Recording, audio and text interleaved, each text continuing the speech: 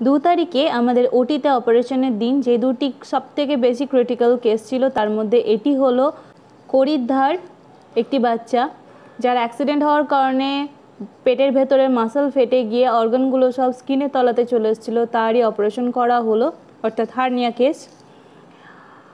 পরিস্থিতি ভালো নেই কারণ ওর পেটের আঘাতের সঙ্গে হিপ জয়েন্ট ভেঙে রয়েছে এবং বাঁ দিকের থাইয়ের কাছটাও ভেঙে আছে। জানি না ভবিষ্যতে ও সম্পূর্ণভাবে সুস্থভাবে হাঁটাচলা করতে পারবে কিনা। আমরা আমাদের তরফ থেকে সম্পূর্ণ চেষ্টা করছি। ওর এখনও ট্রিটমেন্ট চলছে, সময় একটু লাগবে, আপডেট আপনাদেরকে জানানো হবে। আর দ্বিতীয় কেসটি বিরুদা আমাদের কাছে নিয়ে এসেছিল।